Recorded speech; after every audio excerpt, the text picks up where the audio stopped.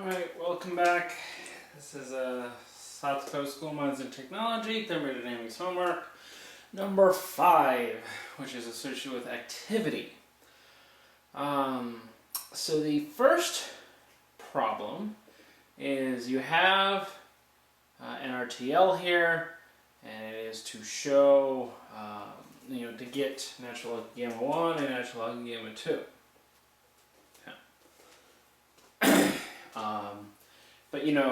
So I write it down, recognize it's a activity problem, and I know by definition that the partial molar excess Gibbs free energy of component I is equal to RT, natural log of gamma I, which is also equal to D capital GE dni constant T, P, and J not equal to I. And so it's very important when we did partial molar properties, really for this. This is where partial molar properties really comes into play, is activity models. Okay. And so the first thing I need to do is just write down that. But then, I just treat this as an activity problem. A partial molar problem. Okay. And so I have one or two ways to solve this thing. I can either solve it by the binary method, because it's binary, or I can solve it by the moles method, because I have moles. You know what? For funsies, let's do the binary method, okay? And so that says, and we're just going to do partial molar Gibbs free energy of component 1. I don't know what the homework asks, but let's just say that is what the homework asks, just for partial molar Gibbs free energy of component 1, because component 2 is going to be pretty dang similar. Okay, so I have excess Gibbs free energy of component 1 is equal to the excess Gibbs free energy plus x2 BGE dx1. Okay, so what I need to do is take my GE, which is this really awful thing, and simplify it. Okay. Yeah. Okay. Really what I need to do is either plug in x1 equals, so I either plug in x2 equals 1 minus x1, or just remember that dx2 dx1 is equal to minus 1, and do some chain rules. I think that is going to be the better course of action with this one, because it is pretty big and messy and ugh. Okay.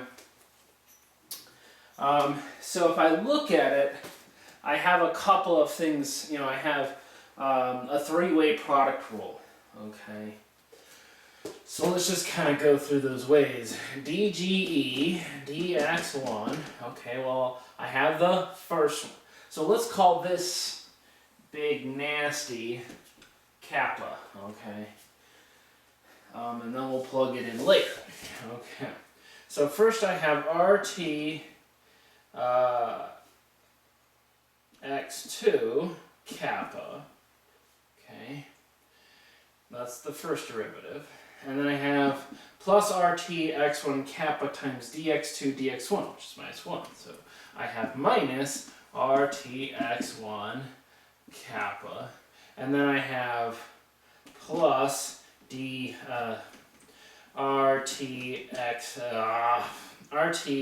x1 x2 d kappa dx1. Okay. So let's focus on kappa here.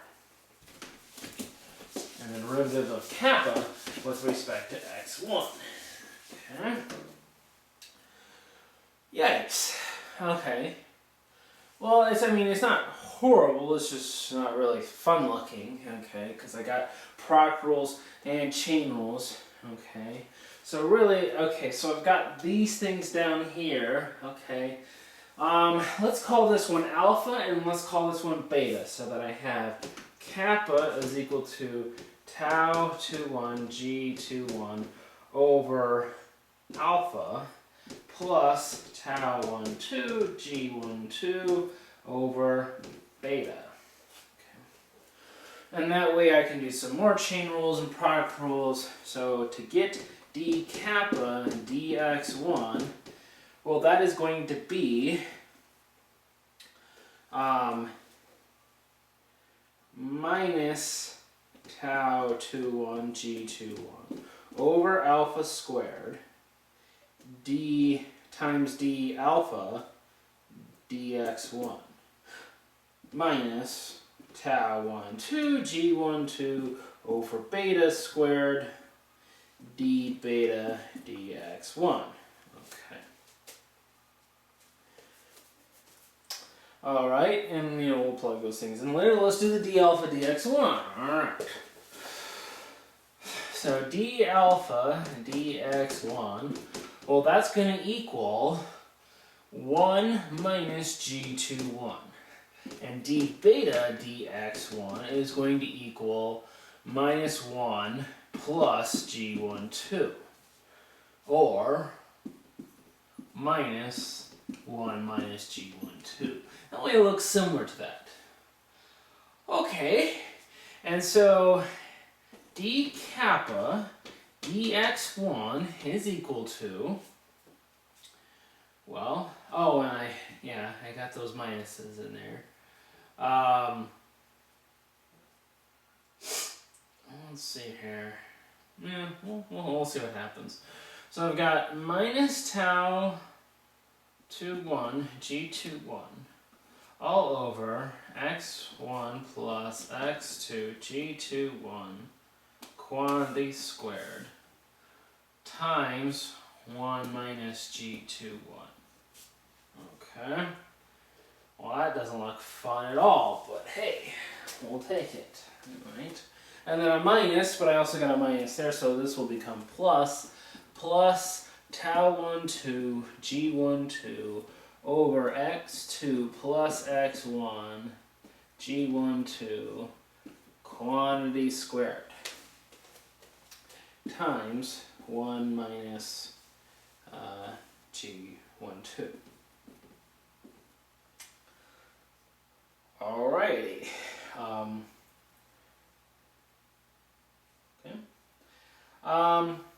Okay, that looks still complicated. Okay, and this is going to be a messy problem. I guarantee it. Okay. Alright, let's see here. So there's that. We'll keep that. Okay. Go back to our original definition. Partial mode of G1 is equal to GE. Okay, so we have RT x1 x2 times kappa. Okay. And we got plus x2 times our derivative. Okay. And so we had plus RT x2 squared kappa minus RT x1 x2 kappa. Okay, so those go away. Plus RT x1 x2 squared d kappa dx1. Which is that nastiness. Okay. And then we're going to clean things up a little bit. Alright. Before we do that, let's pull out the RT x1 squared. Okay, so I got partial mode of G1 is equal to RT x2 quantity squared. Okay. And I got kappa plus d kappa dx1. Okay. Alright. And heck, let's get some common denominators in here too. Okay, so I'm going to need a common denominator here so that it can, with this one, so that I can combine those two terms, and then a common denominator between those two so I can combine those two. Let's not forget our x1 for our d kappa d dx1. Alright. So, I have tau 21 g21 times x1 plus x2 g21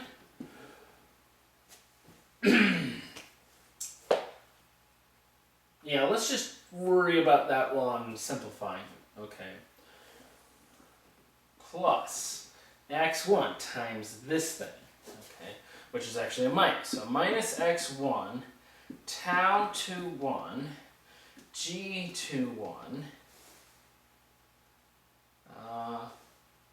1 minus g21. All right, and it's going to have a common denominator. All right, let's focus on that first, and then we'll kind of move on. All right. So it looks like these both have tau 21s and g21s. Okay.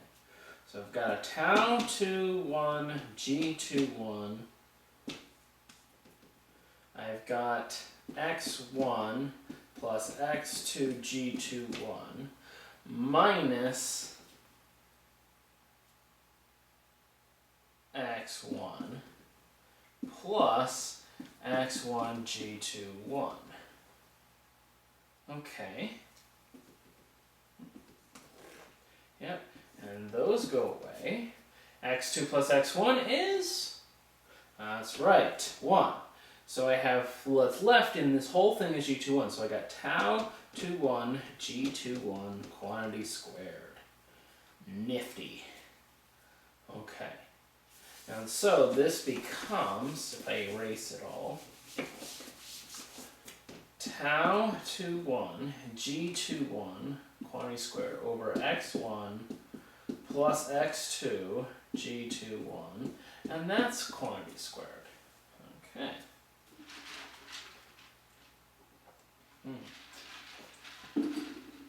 Okay. And then let's do this other piece. So this one times x2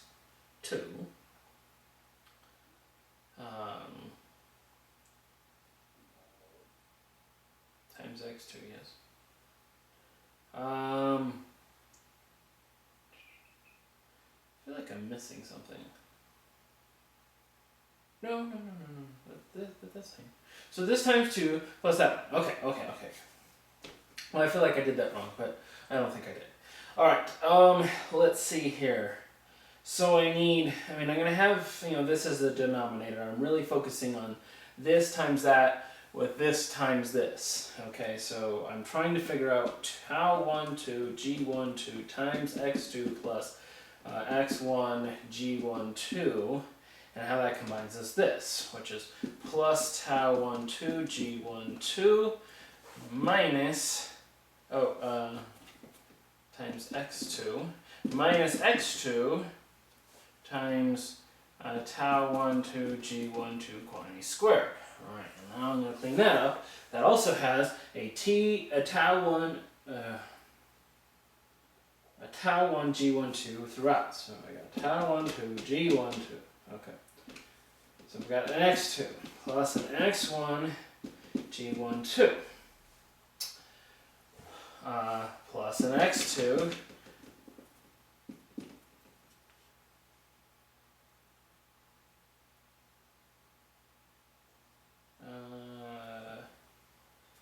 so I got a 2x2, okay, minus an x2 g12. I feel like I'm missing a step here, but we'll go with it. Alright.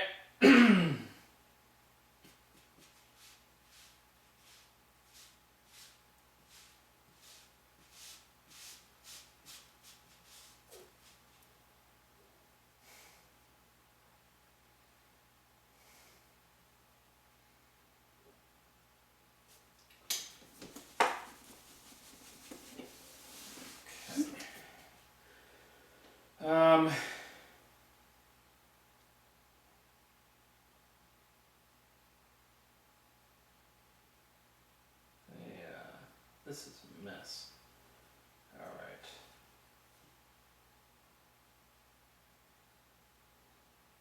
Let's see, what's the book say? The answer. I'll help you know the answer before you start.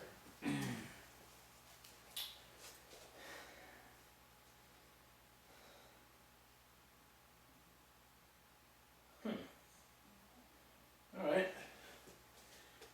I got that part correct. Well, that's good. Alright.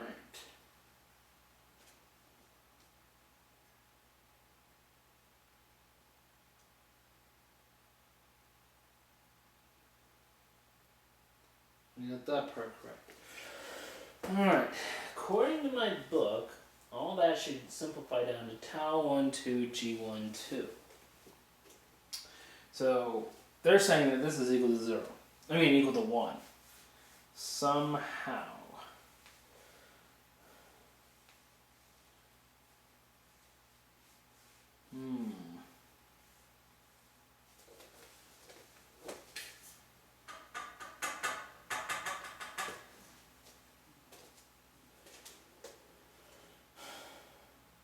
Well, if I made a mistake somewhere, let's see here.